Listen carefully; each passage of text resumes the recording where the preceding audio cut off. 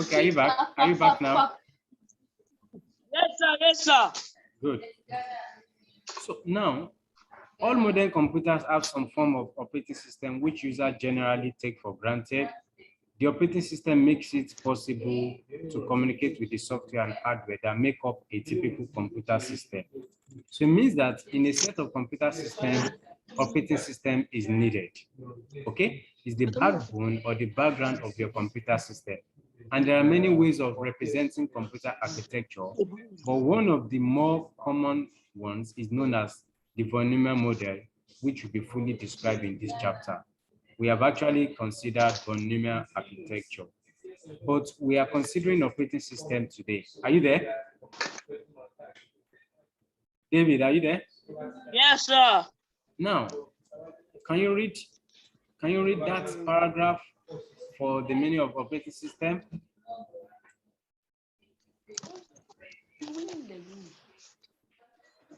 Yes. Sir, I'm coming. The operating system OS is essentially software running in the background of a computer system. It manages many of the basic functions which are shown in the figure 4.1. Obviously, not all operating systems carry out everything shown in the figure, but it gives some idea of the importance and complexity of the software. Without it, most computers would be very unfriendly, and the majority of users would find it almost impossible to work with computers on a day-to-day basis. Very good. Stop there. Now, you've been introduced to operating system before. So, what do you understand by operating system? Okay. What do you understand by operating system? Why do we need operating system in a computer system? Yes. I'm with you. So we need operating system to make the laptop. So we need operating system to make the laptop move faster. Now, let us consider some functions of operating system.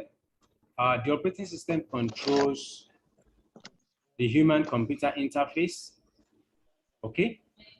These are the functions: multitasking, multiprogramming, batch processing,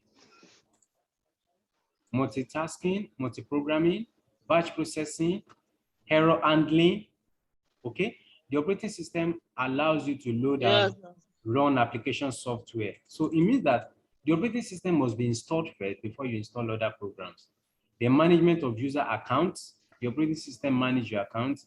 File utility, like to copy, to save, to sort, to delete, the operating system controls that. Processor management, memory management, real-time processing, interrupt handling, security, managing logon and password, then input and output. Okay, so these are the functions of operating system, okay, in a computer system. So whatever you are doing on your computer system is being managed by the operating system. Then one of the most common examples of an operating system is known as what? No. Pardon? Yeah, sir? One of the common examples of an operating system is known as what? Can you see my screen? Yes, I can see it. Examples. One of the examples is known as what? Linux. Linux.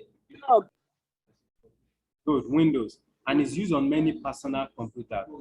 Other examples include Linux, Android, Unix, and DOS, which is this operating system. Windows is an example of a single user. Are you there? Hello, what did you say? Sir. Windows is an example of a single user operating system.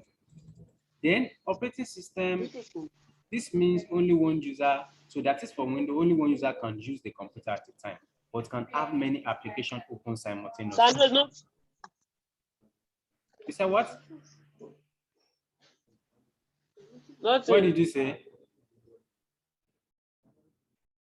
So our operating systems actually work is beyond. You said? You said Nothing, what? sir. I'm not talking to you. Okay, let's move on. Sir, I'm not talking to you. Okay. Now, our operating systems actually work is beyond the scope of this textbook. When a computer is first powered on, the initiating programs are loaded into memory from the ROM, which is read-only memory. These programs run a checking procedure to make sure the hardware, processor, internal memory, and BIOS are all functioning correctly. If no errors are detected, then the operating system is loaded into memory. So the summary is that the operating system controls the activity of your computer system. Okay? Okay? Yes, sir. Good. Yes, sir. Yes, sir. Gabriel, are you there? Check it. Okay, you're welcome. Let's move on. So the next thing we're going to consider is interrupt and buffers. Interrupt and buffers. Now, an interrupt is a signal sent from a device or from software to the processor. This will cause the processor to temporarily stop what it is doing and service the interrupt. Interrupt can occur when, for example, a disk drive is ready to receive more data. An error has occurred, such as paper jam in a printer. Now, we can get that from the word interruption when there is a problem in performing a particular job to be done. It could be from a computer to a printer. So when there is interruption, the printer will send message back to the computer that the job has not been printed. Okay? So the user has pressed a key to interrupt the current process. An example could be Control Alt Break, keys pressed simultaneously. A software error has occurred. An example of this would be if an executable file couldn't be found to initiate the execution of a program. Okay? So it means that when there is an error in processing instruction, there's going to be interruption, and that is known as interrupt. So let us consider buffers now. Buffers are used in computers as a temporary memory area. So buffers are temporary memory area in the computer system. These are essential in modern computers since hardware devices operate at much slower speed than the processor. If it wasn't for buffers, processor would spend the majority of their time idle, waiting for the hardware device to complete its operation. Then buffers are essentially filled from the processor or memory unit, and while these are empty to the hardware device, the processor carries on with other tasks. Buffers are used, for example, when streaming a video from the internet. This ensures that the video playback doesn't keep on stopping to wait for data from the internet. Buffers and interrupts are often used together to allow standard computer functions to be carried out. These functions are often taken for granted by users. Okay, of modern computer systems. Let's look at this figure, which shows how buffers and interrupts are used when a document is sent to a printer. Are you there? Are you there? Yes, sir. So you can see? Yes, sir. Good. Any data sent to printer is a question. Yes. Data from the document to be printed is sent to the printer. Buffer from the computer memory. Okay, that is the printer buffer. Then if any job is not sent, no, the processor continues with its task.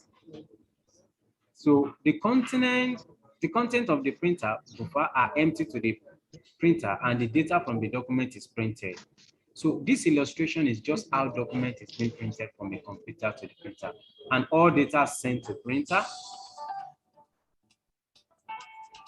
All data sent to printer? Yes. If yes, when all the data has been printed, the printer buffer becomes empty. An interrupt signal is then sent to the processor. If no, Meanwhile, the processor is able to carry out other tasks while the printer buffer is being empty. Then this interrupt signal is sent to request more data to be sent to the printer.